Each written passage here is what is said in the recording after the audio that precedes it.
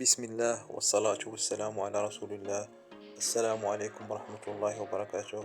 مشاهدينا الأعزاء، أكدت تقارير إعلامية فرنسية أن سفيان بوفال مهاجم أونجي دخل في حسابات نادي رين خلال اليومين الأخيرين بعد إصابة مهاجمه مارتان تيري إصابة بالغة في الركبة تضطره للخضوع قريبا للجراحة، وهي الإصابة التي أنهت موسمه مبكرا. ويرى برونو جينيزيو مدرب رين أن بوفال هو المهاجم الذي يليق حاليا بفريقه بالنظر إلى القيمة الهجومية التي يمكن أن يقدمها للفريق، ويجب التحرك للتعاقد معه خلال الميركاتو الشتوي الحالي. ودخل بوفال خلال سوق الانتقالات الحالي في اهتمام العديد من الأندية في مقدمتها ناديين خليجيين، لكنه لم يتخذ أي قرار بعد.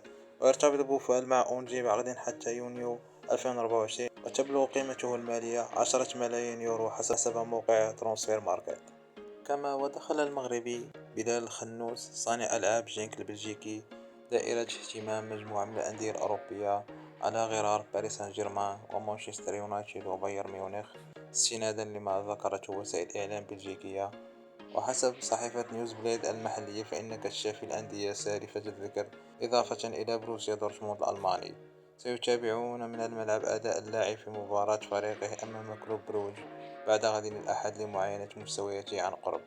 وكان الخنوس من الأسماء التي شاركت في نهائيات كأس العالم قطر في 22 رفقة المنتخب المغربي، والتي بلغ فيها هذا الأخير نصف النهائي واحتل المركز الرابع. ويبلغ الخنوس من العمر 18 عاما، بينما تصل قيمته السوقية في بورصة اللاعبين إلى ما يناهز 5 ملايين يورو حسب موقع ترانسفير ماركت. كل التوفيق للأسدين المغربيين في باقي مشوارهم الكروي، والسلام عليكم ورحمة الله.